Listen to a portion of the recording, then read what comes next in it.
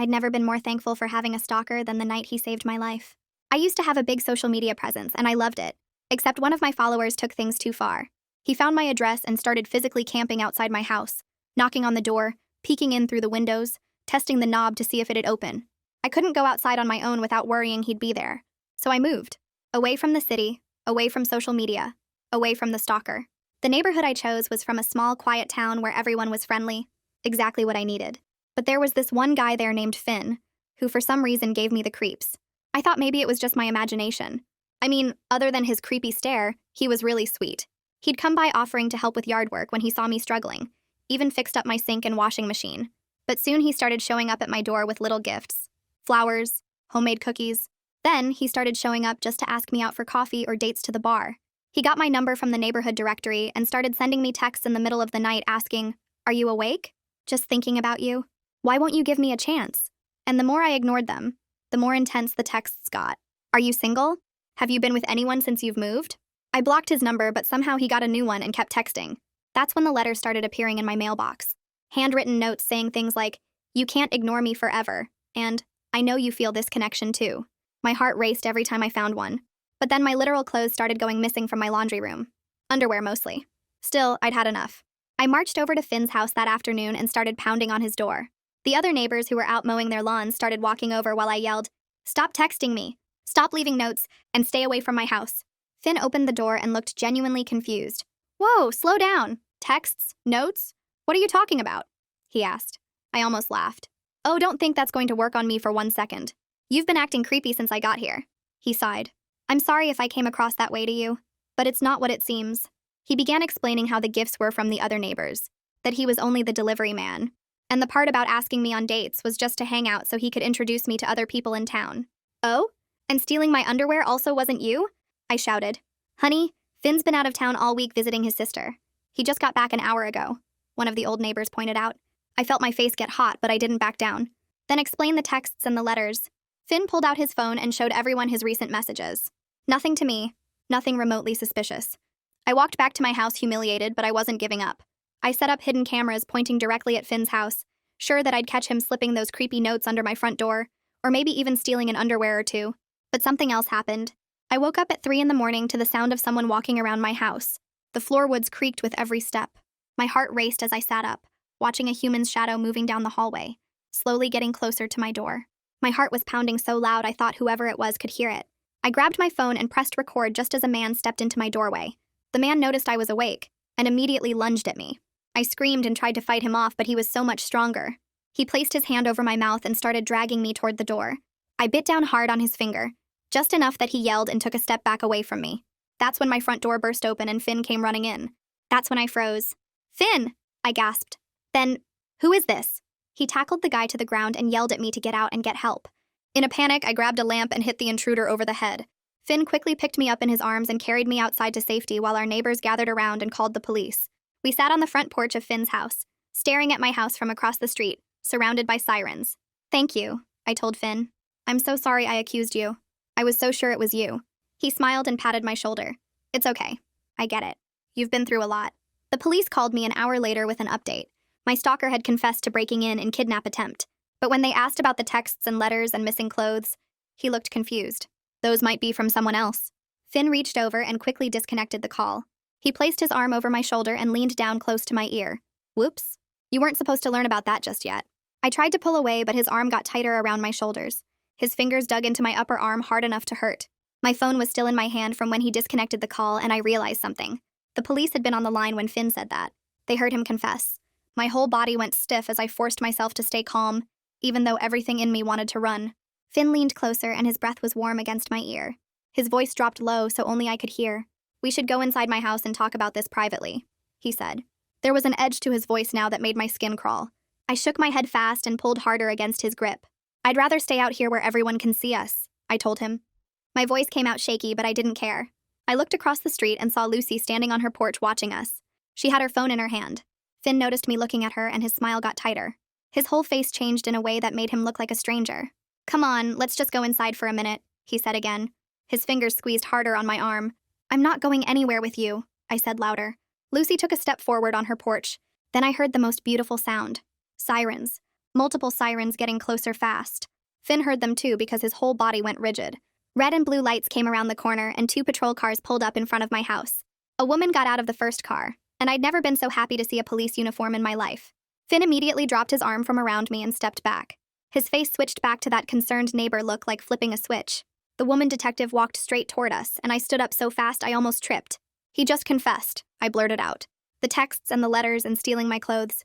It was him. He just told me." The detective's face got hard, and she looked at Finn in a way that made it clear she'd heard everything. "I'm Detective Savannah Mills," she said. "Nobody move." Another officer got out of the second patrol car, and Savannah pointed at me, then at Finn. "Clifford, separate them," she said. The male officer named Clifford walked over to Finn while Savannah took my arm gently and led me to her patrol car. I was shaking so hard my teeth were chattering. "Sit here," she said, and opened the back door for me. I sat on the edge of the seat with my feet still on the ground. She pulled out her phone and hit record. "Tell me everything," she said. So I did. I explained about the months of texts from 2 different numbers asking why I wouldn't give him a chance. The letters in my mailbox saying I couldn't ignore him forever. My missing underwear from the laundry room. The way he'd show up at my door with gifts and asking me out. Then tonight, after Fletcher got arrested and the police called about the texts and letters, Finn grabbed my phone and hung up. He put his arm around me and whispered that I wasn't supposed to learn about that yet. Savannah's eyes never left my face as she recorded every word. "Do you have any of this evidence saved?" she asked. "Yes," I said. "Everything." I pulled out my phone with shaking hands and showed her the screenshots. Both phone numbers with all the texts. I have photos of every letter he left too, and I made a list of everything that went missing with the dates I noticed. Savannah looked impressed. "This documentation makes my job much easier," she said. "Are you willing to let forensics search your house for evidence? Both from Fletcher Dillon and from anywhere Finn might have accessed?" "Yes," I said immediately. "Search everything." Across the street I could see Finn talking to Clifford. He was moving his hands a lot and pointing at my house like he was explaining something totally reasonable. Kevin had come over now, and so had Lucy and several other neighbors who'd heard the sirens. They all stood in a group looking confused and worried. I could see them trying to figure out what was happening, why the police were separating me and Finn. Savannah asked me to start from the very beginning, so I told her about my social media presence in the city, and how Fletcher had found my address, how he'd camp outside my house and peek in windows and test the door, how I'd moved here to escape him and feel safe again. Then I described how Finn seemed helpful at first, fixing my sink and washing machine and offering to help with yard work, but the gifts felt wrong and the attention was too much. Then the text started in the middle of the night. She took notes and asked specific questions about timing. When did the text start compared to when you moved in? How often did the letters appear? What exactly did they say? I answered everything as clearly as I could, even though my brain felt foggy from shock. Clifford walked Finn over and Savannah stood up straight. "Mr. Finn, you're being detained for questioning regarding stalking and harassment charges," she said. Finn's friendly mask cracked right down the middle. "This is a misunderstanding," he said fast. His voice got louder. "She's confused because of her past trauma. She's been through so much with that other guy that she's seeing threats where there aren't any." I heard Lucy gasp behind us. Kevin's face changed as he started to understand what was really happening. "I was just trying to be a good neighbor," Finn kept talking. "The gifts were from everyone. I was helping her meet people. She's taking normal, friendly behavior and twisting it into something it's not because she's traumatized." Savannah held up her hand. "I need you to explain something," she said. Her voice was calm but sharp. "This woman reported that after the police called tonight, you disconnected the call and said, quote, you weren't supposed to learn about that just yet. What were you referring to?" Finn's face went completely blank for a second. It was like watching someone's computer crash. Then he tried to smile. "I was joking," he said. "I was talking about a neighborhood welcome party we were planning. It was supposed to be a surprise." Nobody looked convinced, especially not Savannah. A white van pulled up and 3 people in forensics gear got out. Savannah walked over to them and I heard her giving instructions. They headed toward my house with their equipment cases. "You have my permission," I called out. "Search everything." They nodded and went inside. I gave them my keys and watched them disappear through my front door. 20 minutes later, one of the forensics team came back out. "Detective Mills," she called. "We found scratches on the back door lock. Fresh ones. Looks like someone's been practicing picking it." My stomach dropped so hard I thought I might throw up. Finn had been inside my house when I wasn't home. He'd been in there touching my things, and I never knew. Savannah turned to me and asked if she could see my phone to document everything. I unlocked it with shaking hands and pulled up the text messages from both numbers Finn had used. She took out her own phone and started photographing each message, scrolling slowly through months of increasingly intense texts. The first ones seemed almost normal, just asking if I wanted to grab coffee or meet some neighbors. But then they got weird, asking why I wouldn't give him a chance and if I was dating anyone. One message from 3 weeks ago said, "I know what you need better than you do," and I watched Savannah's jaw get tight as she read it. She photographed that one twice, zooming in to capture the timestamp and number. Another message said, "You can't hide from this connection forever." And my stomach twisted remembering how scared I'd been reading these alone at night. Savannah asked if I'd saved the letters too, and I told her they were in a folder in my kitchen drawer. She sent one of the other officers to get them while she finished documenting the texts. The whole time, Finn stood by the other patrol car with Clifford, watching us. His friendly neighbor act was completely gone now, and his face looked blank and cold. Clifford walked over with Finn's phone and asked him to unlock it. Finn hesitated but then did it, probably thinking he'd deleted anything bad. Clifford started scrolling and his expression changed fast. He called Savannah over and showed her the screen. She looked at it for a long moment and then looked at Finn with disgust. They found drafts of messages he never sent, stuff that was way worse than what he actually texted me. One described watching me through my windows at night when I was getting ready for bed. Another one detailed my entire daily routine down to what time I made coffee in the morning and when I usually did laundry. There was even one about how he'd practiced picking my back door lock for weeks before he felt confident enough to actually go inside. Finn's face went red and he started yelling that he wanted a lawyer right now. Clifford told him to calm down and that he'd get his phone call at the station. Savannah kept scrolling through the drafts and I could see her taking screenshots of everything. She showed me one that said, "Soon she'll understand we're meant to be together, and she'll thank me for being patient." And I felt sick reading his words. The forensics team came back out of my house carrying evidence bags and one of them walked straight to Finn's property. Savannah told me they had a warrant to search his garage based on my report about the missing underwear. We all stood there watching as they went inside with their flashlights and equipment. It only took about 10 minutes before one of them came out holding a plastic bag. Inside were several pairs of my underwear, ones I'd thought I lost in the wash or misplaced somehow. But worse than that, the bag had dates written on it in Finn's handwriting. Each date matched up with when I'd noticed items missing from my laundry room. He'd been keeping trophies and cataloging them like some kind of collection. The forensics tech explained that the dates proved this was ongoing theft over months, not just one incident. I felt so violated knowing he'd been in my house taking my things and documenting it all. Lucy gasped from where she stood with the other neighbors and covered her mouth with her hand. Lucy walked over to me with tears running down her face. She grabbed my hands and started apologizing for defending Finn during that confrontation weeks ago when I'd accused him in front of everyone. She said he always seemed like such a helpful young man, and she never suspected anything was wrong. Her voice cracked as she talked about how she'd made me feel crazy for being suspicious. I told her it wasn't her fault and that Finn had fooled everyone, not just her. That was the whole point of how he acted, being the perfect helpful neighbor so nobody would believe me if I complained. Lucy squeezed my hands tighter and promised she'd never doubt me again. Kevin walked over too and put his hand on my shoulder, saying he was sorry for not taking my concerns seriously. He mentioned that old comment about Finn being out of town and how stupid he felt now knowing what was really happening. I appreciated them apologizing, but honestly I just wanted this whole nightmare to be over. Savannah came back over and explained they were arresting Finn on multiple charges. She listed them off: stalking, harassment, burglary, and theft. She said the evidence was strong enough that the prosecutor would likely file formal charges within 24 hours. 2 officers walked Finn to the patrol car and put handcuffs on him. He didn't fight or argue anymore, just stared at me with this intense look that made my skin crawl. They put him in the back seat and I watched through the window as he kept staring. All the neighbors were standing around watching too, their faces showing shock and confusion. Mrs. Kirk from 2 houses down had her hand over her heart. The Juarez family stood together on their lawn looking stunned. Nobody could believe that Finn, the guy who helped everyone with yard work and fix things, had been stalking me this whole time. Kevin approached Savannah and started telling her about conversations he'd had with Finn over the past months. He said Finn asked him lots of questions about me, like when I worked and if I had family visiting and whether I was dating anyone. Kevin thought Finn was just being friendly and making conversation since I was new to the neighborhood. But now he realized Finn was gathering information about my schedule and my life. Savannah wrote everything down in her notebook, nodding as Kevin talked. She asked him specific questions about timing and what exactly Finn had asked. Kevin remembered Finn asking about my car and what time I usually left for work in the mornings. He'd also asked if Kevin ever saw me having visitors or going out with anyone. Savannah said this showed premeditation and planning, that Finn was deliberately collecting intelligence about me. She added it all to her notes as evidence of how calculated his stalking had been. Savannah got a call on her radio and stepped away to answer it. When she came back, she told me they'd finished processing Fletcher at the station. He was charged with breaking and entering, assault, and attempted kidnapping. But she said they'd found something else on his phone that I needed to know about. Fletcher had been tracking my location for months after I moved from the city. He had photos of my new house and neighborhood taken from different angles over several weeks.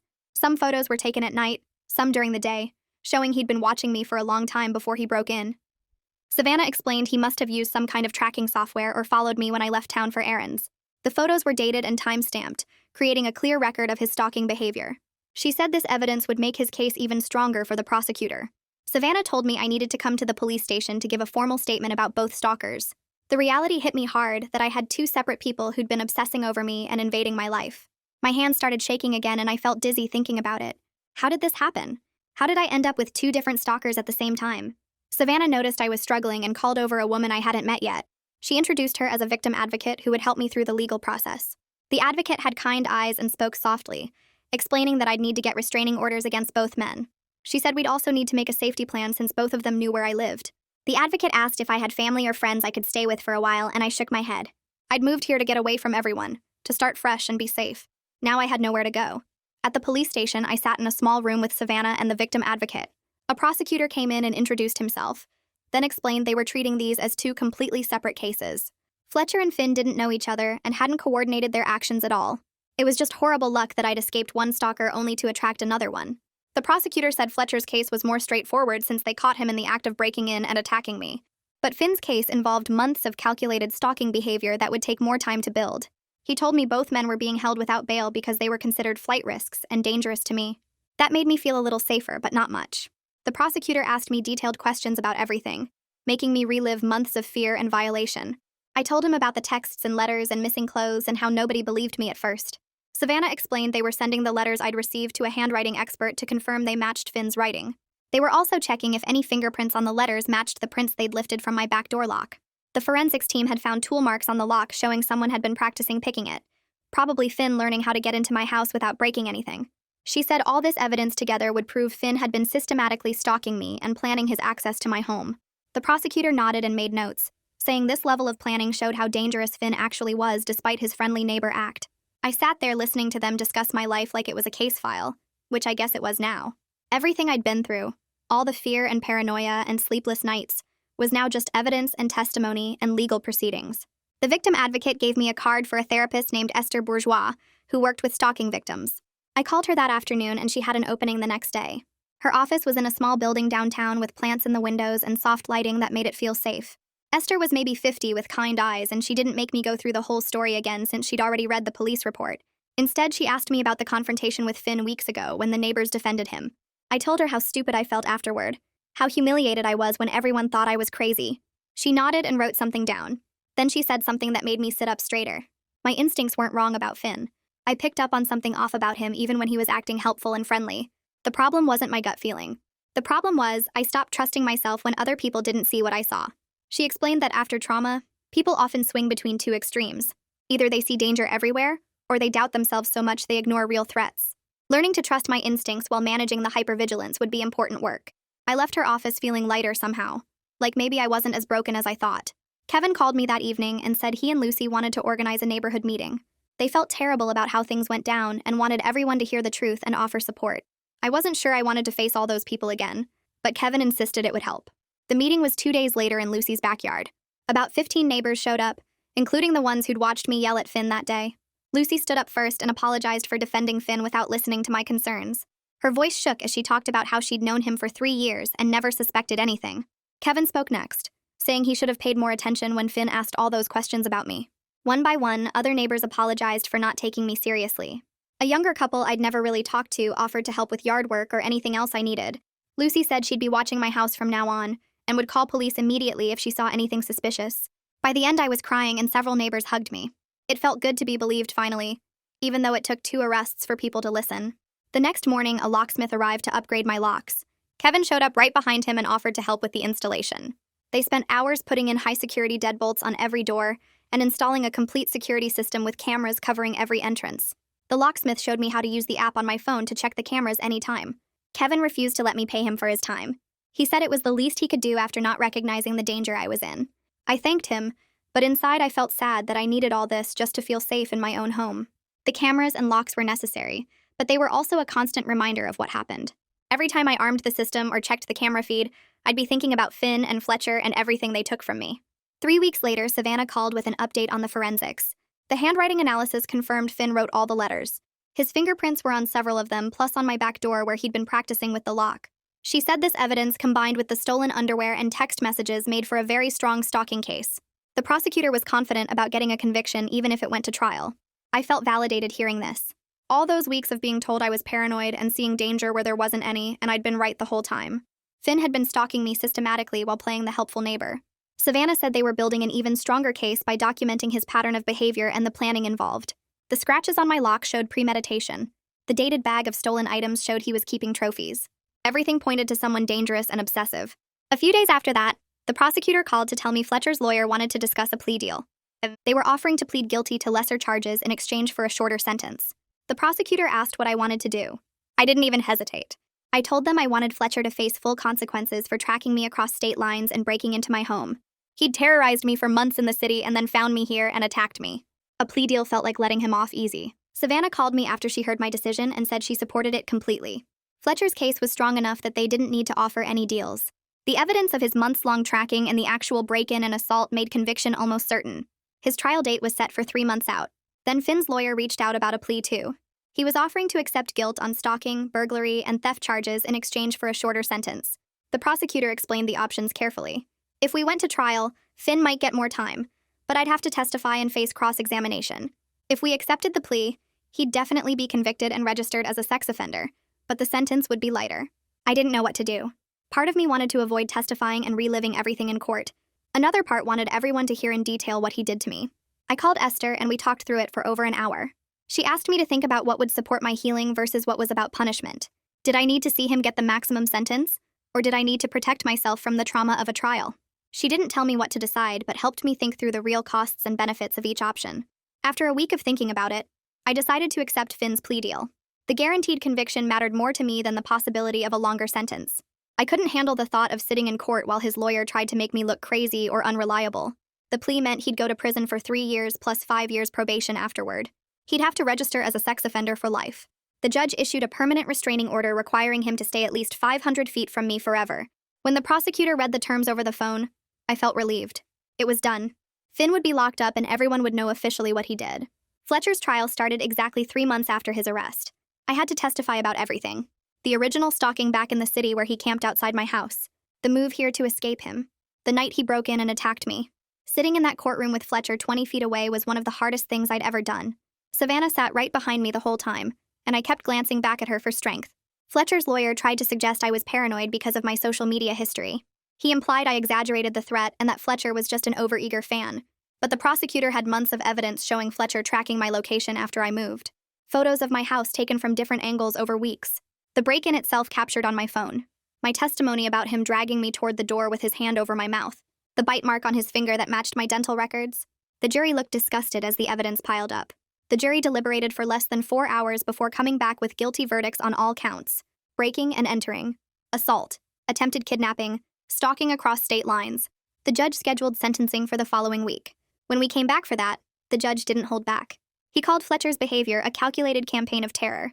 He said Fletcher had systematically violated my safety and privacy over months, tracked me across state lines when I tried to escape, and then violently attacked me in my own home.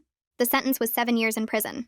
I sat there listening to the judge describe what Fletcher did, and I felt something shift inside me. Someone in authority was naming what happened, calling it what it was, saying out loud that I'd been terrorized and that it wasn't my fault. When it was over, Savannah walked me out of the courthouse and I cried in the parking lot. Not sad tears, relief tears. With both men locked up, I started sleeping better at night. But Esther warned me during our next session that healing wasn't going to be linear. Some days I felt strong and capable, ready to move on with my life. Other days I jumped at every sound and checked my locks 5 times before bed. She taught me grounding techniques for when the anxiety spiked. 5 things I could see, 4 things I could touch, 3 things I could hear, 2 things I could smell, 1 thing I could taste. It helped pull me back to the present when my brain started spinning with what-ifs and worst-case scenarios. She said the hypervigilance would decrease over time, but I needed to be patient with myself. Trauma changes your nervous system, and it takes a while for your body to believe you're actually safe now. Lucy showed up at my door 3 days later with a casserole and an apology. She said she felt terrible about defending Finn during my confrontation and wanted to make things right. I invited her in, and we sat at my kitchen table while she explained how she'd known Finn since he was a kid and never suspected anything dark beneath his helpful neighbor act. She started stopping by every week after that, sometimes with food, sometimes just to chat, always with invitations to neighborhood events I wasn't ready to attend yet. I appreciated her honesty about feeling responsible and her willingness to actually show up instead of just saying sorry once and disappearing. Having someone check on me regularly made the house feel less like a fortress and more like a home again. Kevin came over the following weekend with boxes of motion sensor lights and spent the entire Saturday installing them around my property. He showed me how each one worked, where the blind spots were, and how to adjust the sensitivity so I wouldn't get alerts every time a squirrel ran past. He programmed his cell number into my phone and told me to call anytime, day or night, if I felt unsafe or just needed someone to check on things. I tested the system that evening and watched the lights flood my yard when I walked outside, feeling a small bit of control return. Having neighbors who had my back instead of doubting me made such a huge difference in how secure I felt, like I wasn't fighting this battle completely alone anymore. The victim advocate connected me with a support group for stalking survivors that met every Tuesday evening at the community center. I was nervous walking into that first meeting, surrounded by strangers who knew what it felt like to be hunted. One woman named Sunshine shared her story about having 2 different stalkers over 5 years, and her advice about trusting myself while managing trauma responses hit hard. She talked about how the hypervigilance becomes a habit even after the threat is gone, and learning to distinguish between real danger and trauma reactions takes time and practice. I started attending every week, listening to stories that mirrored my own fears, and hearing strategies that actually worked for people further along in their healing. The group became a place where I didn't have to explain or justify my reactions, where everyone understood the exhaustion of constant vigilance. 3 months after both arrests, I was sitting in Esther's office when she asked me about my security camera habits. I realized I hadn't checked the footage obsessively in over a week, maybe longer. Before, I'd been reviewing every alert multiple times a day, watching for threats that weren't there anymore. Esther pointed out this was real progress, that I was learning to trust the systems I had in place instead of constantly monitoring for danger. She explained that my nervous system was slowly starting to believe I was actually safe, that the hypervigilance was decreasing as my body caught up with what my brain knew. I still had moments of panic when I heard unexpected noises, but they were getting less frequent and easier to manage with the grounding techniques she'd taught me.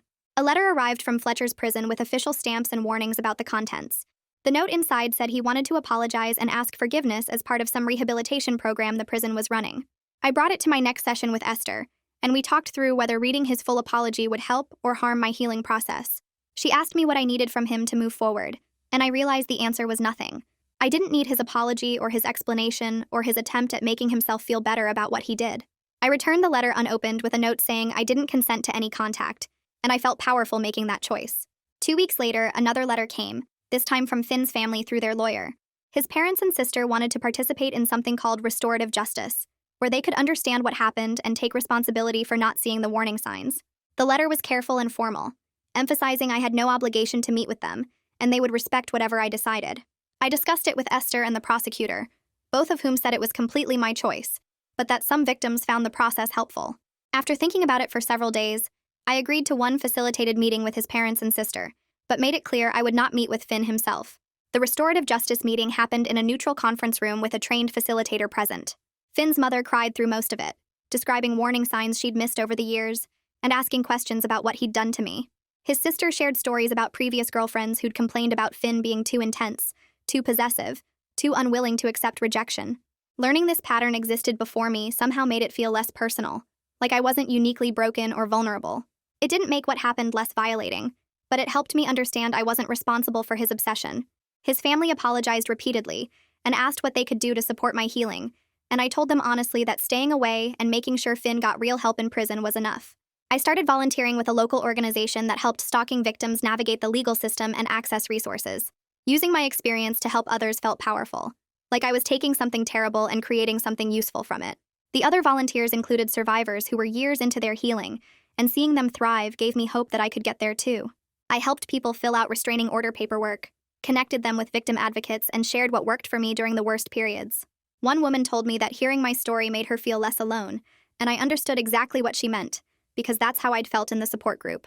6 months after the arrests, I was sleeping through most nights without nightmares, and going entire days without thinking about either stalker. Esther said this was significant progress during our session, though she reminded me that anniversaries and triggers might bring symptoms back temporarily. I was learning to be patient with myself and celebrate small victories instead of beating myself up when I had bad days. The panic attacks were less frequent, the hypervigilance was manageable, and I was starting to imagine a future that wasn't defined by fear. Lucy invited me to her book club one afternoon, saying the women met monthly and would love to have me join them. I was nervous about being in a group of people who knew what happened, worried they'd treat me like a victim or ask invasive questions, but the women were kind and welcoming, talking about the current book selection and neighborhood gossip without pushing me to share my story. They clearly knew what had happened based on a few careful comments, but they let me be known for my opinions about books and my terrible jokes, instead of just being the woman who got stalked. I started attending every month, slowly rebuilding a social life in the neighborhood that felt normal instead of scary. At a follow-up meeting at the police station a few weeks later, Savannah walked into the conference room carrying a stack of files and mentioned she needed to check something with her dad before we started. I blinked at her and asked what she meant. She looked confused for a second, then laughed and explained that Kevin was her father. My jaw actually dropped because I'd been working with her for months and had no idea they were related. She said they kept their professional relationship separate, and Kevin never mentioned it because he wanted me to trust Savannah on her own merit, not because she was his daughter. That made sense, but I still felt shocked at the connection. Savannah then told me the real reason for the meeting. The police department wanted to use my case as a training example for officers learning to recognize stalking patterns. She asked if I'd be willing to speak to a group of officers about what helped and what didn't during the investigation. I thought about it for maybe 10 seconds before agreeing. If my nightmare could help other victims get better support, then something good would come from all of it. Savannah smiled and said the training was scheduled for next month, giving me time to prepare what I wanted to say. The day of the police training arrived faster than I expected. I stood in front of about 30 officers in a conference room at the station, my hands shaking as I held my notes. Savannah introduced me and then stepped back, letting me tell my story in my own words. I started with Fletcher, explaining how he'd stalked me in the city for months before I moved. Then I described Finn's behavior and how my trauma from Fletcher made me vulnerable to missing the warning signs at first. I emphasized how important it was that Savannah believed me right away when I reported everything, how she documented every detail and took my concerns seriously instead of dismissing them. Several officers took notes and asked really thoughtful questions about supporting victims better. One older officer raised his hand and admitted he didn't realize stalking could involve multiple people who didn't know each other. I explained how my original trauma actually made me a target for Finn, because I was isolated and vulnerable. That predators can sometimes sense when someone's already been victimized and see them as easier prey. The room got really quiet after that. Another officer asked what would have helped me feel safer earlier in the process. I told them about how the neighbors defended Finn initially, and how that made me doubt myself. How having just one person believe me would have changed everything. Savannah added that quick response time and thorough evidence collection made the prosecution's job much easier. By the end of the session, several officers came up to thank me and said they'd handle stalking cases differently now. A month after the police training, Kevin knocked on my door with a flyer about a neighborhood safety awareness event. The community was organizing it, and they wanted me to share my story publicly, so people could understand that stalking happens everywhere, even in small, quiet towns. My stomach twisted at the thought of standing in front of all my neighbors and talking about the worst time of my life. But I also knew it was important. People needed to understand the warning signs and how to support victims instead of defending perpetrators. I told Kevin I'd do it, and he hugged me, saying how proud he was of my courage. The event was held in the community center on a Saturday afternoon. Lucy and Kevin stood on either side of me as I walked to the microphone, their presence making me feel less alone. I looked out at the crowd of maybe 50 neighbors and took a deep breath. Then I told them everything. About Fletcher tracking me from the city. About Finn's calculated stalking disguised as neighborly help. About how their initial defense of Finn made me feel crazy and alone. I explained the warning signs they should watch for and how to support someone who reports stalking instead of dismissing their concerns. My voice shook through parts of it, but I kept going. When I finished, the room was silent for a few seconds. Then people started clapping, and several neighbors came up afterward to thank me. One woman admitted she'd defended Finn that day I confronted him and apologized for not listening. Another neighbor said my story made him realize his daughter might be dealing with a stalker and he was going to talk to her. Lucy squeezed my hand and whispered that I'd just made the neighborhood safer for everyone. 2 weeks after the safety event, my phone rang with an unknown number. I almost didn't answer, but something made me pick up. A woman introduced herself as a journalist working on a series about stalking and community response. She'd heard about my case from someone at the police department and wanted to interview me. My first instinct was to say no because the thought of my story being in print made me nervous. But she explained the article would focus on how communities can better support victims and recognize warning signs, using my experience as an example. She offered to keep me anonymous if I preferred. I told her I needed to think about it and discuss it with some people first. That afternoon, I called Esther and explained the situation. She asked what my gut was telling me, and I admitted that part of me wanted to do it because maybe it would help other victims. But another part was scared of losing my privacy and having people know my business. Esther reminded me that I could set boundaries about what I shared and that staying anonymous protected my identity. I also called Savannah to get her take on it. She said the journalist was legitimate and had done good work on victim advocacy issues before. She thought it could be valuable for raising awareness. After talking it through with both of them, I called the journalist back and agreed to the interview. We met at a coffee shop in the next town over where nobody knew me. She asked thoughtful questions and really listened to my answers instead of just looking for dramatic quotes. The article came out a month later and focused on community responsibility and supporting victims. Several people from the support group told me they'd read it and felt less alone. A thick envelope arrived in my mailbox one afternoon with an official state seal on it. I opened it standing right there by the mailbox and felt my stomach drop as I read the contents. Fletcher's parole hearing was scheduled in 5 years, and I had the right to submit a victim impact statement. 5 years felt both far away and way too close. The notification explained that my statement would be considered when the parole board decided whether to release him early. Even though the hearing was years away, knowing I'd have a voice in the decision gave me some control over the situation. I brought the paperwork to my next session with Esther, and we talked about what I wanted to say. She suggested I start drafting the statement now, even though I had plenty of time, because it would help me process the ongoing impact of Fletcher's actions. We spent the next few sessions working on it together. I documented how his stalking changed my entire life, how I still checked locks multiple times and couldn't fully relax in my own home, how I'd lost my social media career and had to rebuild my sense of safety from nothing. Esther helped me organize my thoughts and focus on concrete examples instead of just emotional reactions. Writing it all down was harder than I expected because it forced me to really look at how much damage he'd caused. But it also felt powerful to name what he'd taken from me and demand that the parole board hear it. Another envelope showed up a few weeks later, this time from the state prison system. The return address made my hand shake as I held it. Inside was a letter from Finn sent through official prison channels. Unlike Fletcher's attempted contact that I'd returned unopened, I decided to read this one. But I called Esther first and asked if I could come to her office to open it with her there. She cleared time in her schedule that same day. I sat on her couch with the envelope in my lap, my heart pounding. Esther sat across from me and reminded me I could stop reading at any point if it became too much. I tore open the envelope and pulled out 3 handwritten pages.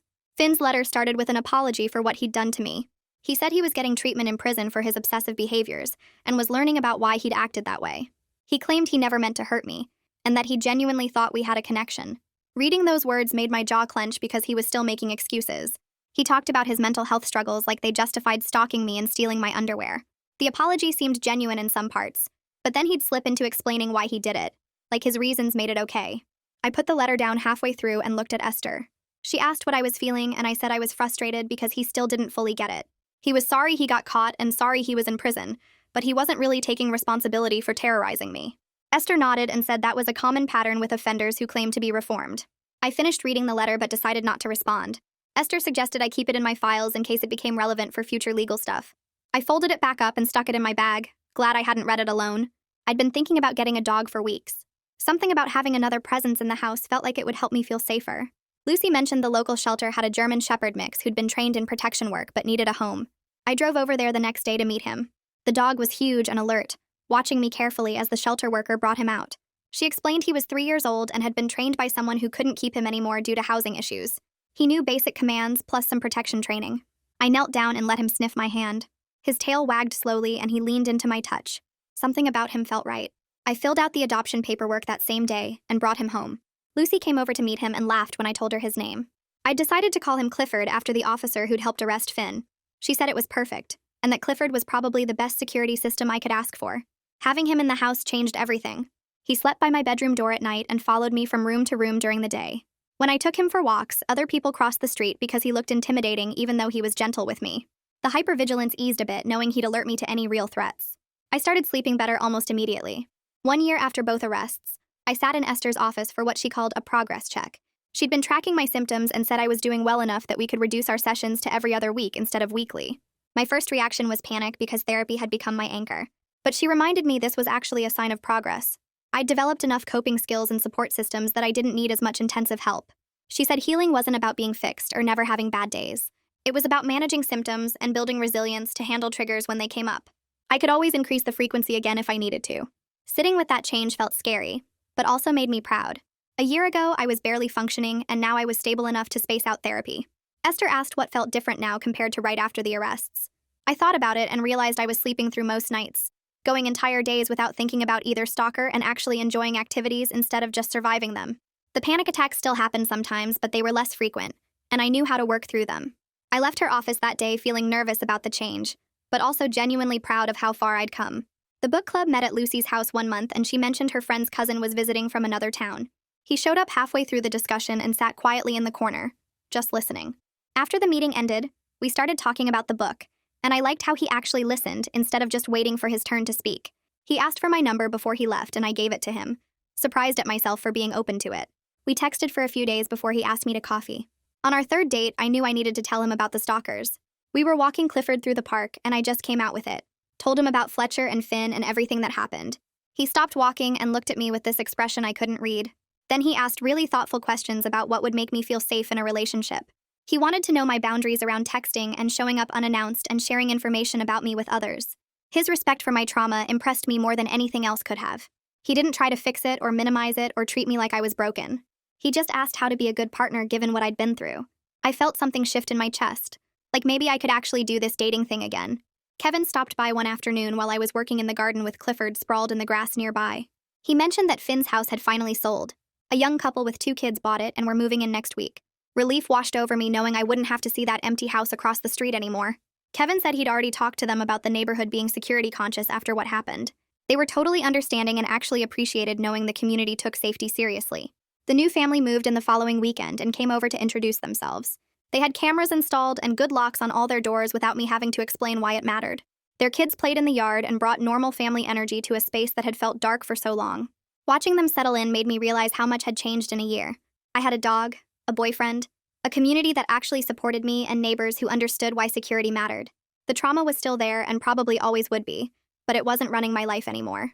My sister called me 3 weeks later asking if she could visit for the weekend.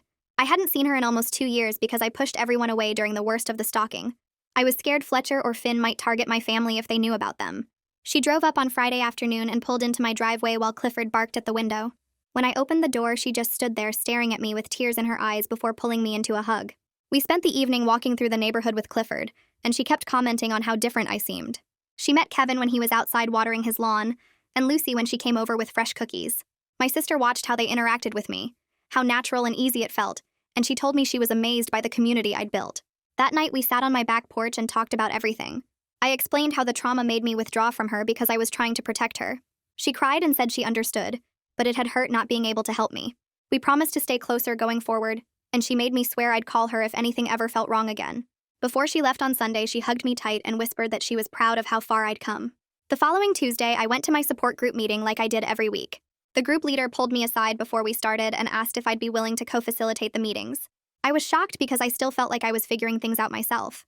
She smiled and explained that I'd been attending for over a year, and newer members connected with my honesty about the hard parts. She said I didn't need to have everything figured out to be helpful. My willingness to share the messy parts of healing made me more effective than someone who pretended recovery was simple. I agreed even though my hands were shaking, and I spent the whole meeting worried I'd say something wrong. But afterward, 3 people thanked me for my insights, and one woman asked if we could grab coffee to talk more. I left feeling nervous, but also honored that my experience could help others. 2 months passed, and I was finally sleeping through most nights without checking the cameras. Then I got a call from the prosecutor saying Fletcher had filed an appeal claiming his trial was unfair. My stomach dropped, and all the progress I'd made felt like it disappeared instantly. I had to meet with the prosecutor to go over everything again. Every detail of the break-in and attack and months of being stalked in the city. Savannah came to the meeting and assured me the appeal was unlikely to succeed, given how strong the evidence was. But just the process of reliving it all triggered my anxiety in ways I hadn't felt in months. I started checking my locks multiple times again and watching the security footage obsessively. Esther helped me recognize I was falling back into old patterns, and we worked on coping skills to manage the stress. She taught me breathing exercises and ways to ground myself when the panic started rising. I practiced them every day, and slowly the hypervigilance started to ease again. The appeals court took 3 months to make their decision, and those months felt endless. Every day I woke up wondering if today would be the day I'd hear Fletcher was getting a new trial. Then Savannah called me on a Wednesday afternoon with the news. The appeals court had upheld Fletcher's conviction and sentence. I felt something lift off my chest that I didn't even realize I'd been carrying. Savannah explained that the failed appeal meant Fletcher would serve his full 7-year sentence without any possibility of early release. This security helped me start making longer-term plans without constantly worrying about when he'd get out. I could actually think about the future instead of just surviving day to day. My boyfriend took me out to dinner to celebrate, and I realized how much lighter I felt. A month later, my boss called me into her office, and I immediately panicked thinking I'd done something wrong. Instead, she told me I was promoted to a position with more responsibility and better pay. I sat there stunned as she explained all the reasons I'd earned it. Walking back to my desk, I had this moment where I realized this was the first major life decision I'd made, without considering how stalkers might use the information against me. I wasn't thinking about whether posting about it would make me a target, or if it would help someone find me. I was just excited about the opportunity. My boyfriend picked me up after work with flowers and told me he was proud of how far I'd come from the scared woman who couldn't leave her house alone. I looked at him and felt genuinely proud of myself for the first time in years. Lucy stopped by the next week with her grandson who was visiting from college. He asked if I'd be willing to speak at his high school about internet safety and stalking awareness. I was touched that Lucy trusted me with something so important, and I agreed immediately. The following month, I stood in front of 60 teenagers and told them my story. I expected them to be bored or distracted, but they were completely engaged. They asked smart questions about social media privacy and how to recognize when someone's behavior crosses from interest into obsession. Several students came up afterward to thank me for making these issues feel real instead of like some abstract danger. One girl told me her ex-boyfriend had been texting her constantly, and she hadn't known what to do until hearing me speak. I gave her information about resources and watched her walk away looking relieved to have a plan. 2 years after the arrests, I woke up one morning and realized I hadn't thought about either Fletcher or Finn in over a week. The security measures were still there, but they'd become habits instead of anxiety responses. I locked my doors because that's what people do, not because I was terrified someone would break in. I checked my cameras occasionally, but not obsessively. I enjoyed walking through my neighborhood with Clifford instead of viewing every outing as a potential threat. During my therapy session that week, Esther and I talked about this milestone. She acknowledged how far I'd come, but also reminded me that some level of caution was healthy and appropriate given what I'd been through. I didn't need to stop being aware of my surroundings to be healed. I just needed to find the balance between reasonable precaution and letting fear control my life. My boyfriend proposed 3 months later while we were having dinner at home. He got down on one knee right there in my kitchen and asked me to marry him. I said yes immediately, excited to build a future with someone who knew my whole story and loved me anyway. We started planning a small wedding in Lucy's backyard with just the neighbors who'd supported me through everything. Kevin offered to walk me down the aisle since my father had passed away years ago. I cried when he asked because it meant so much that this community had become family. We set the date for 6 months out, and I felt nothing but happiness when I thought about it. Then I got a letter in the mail from the state corrections department. Finn was released on parole after serving 2 years with good behavior. The notification confirmed the restraining order remained in effect and listed all the conditions of his release. My hands shook as I read through the details, and all the old fear came rushing back. I called Savannah immediately and she talked me through what the parole meant. Finn would be monitored closely, and any violation would send him straight back to prison. She explained the GPS monitoring and check-ins and all the restrictions on his movements. I increased my therapy sessions temporarily and leaned hard on my support system. My boyfriend stayed over every night that first week, and Kevin made a point of being outside whenever I left the house. The following week, I met with Finn's parole officer at her request. She wanted to assure me personally that they were taking his supervision seriously. She explained the conditions of his parole in detail, including GPS monitoring that would alert them if he came anywhere near my neighborhood. He was required to attend therapy twice a week and had restrictions on internet use and contact with women. Any violation of any condition would result in immediate arrest. She gave me her direct number and told me to call immediately if I saw him or felt unsafe for any reason. Knowing there were multiple layers of oversight helped me feel safer even though I was still cautious. I left her office feeling like maybe I could handle this after all. 3 months went by without incident, and I started to relax into my new normal. Then the parole officer called me on a Tuesday morning while I was getting ready for work. She told me Finn had violated his parole by creating a fake social media account under a different name. The monitoring software caught it within 48 hours of him setting it up. He was arrested immediately and sent back to prison to serve his remaining sentence, plus an additional 18 months for the violation. I sat down on my bed and stared at my phone after she hung up. Savannah called me an hour later to check in and said this proved the system worked exactly as it should. The monitoring caught his behavior before he could use the account to contact anyone or escalate. She said my concerns about his patterns were completely justified, and the violation showed he hadn't actually changed. I felt this weird mix of vindication and exhaustion. Part of me wanted to celebrate that he was back behind bars, but another part was just tired of having to think about him at all. My boyfriend came home early from work when I texted him what happened. He held me while I cried, not from fear, but from the sheer weight of carrying this for so long. We ordered takeout and watched mindless TV and didn't talk about Finn for the rest of the night.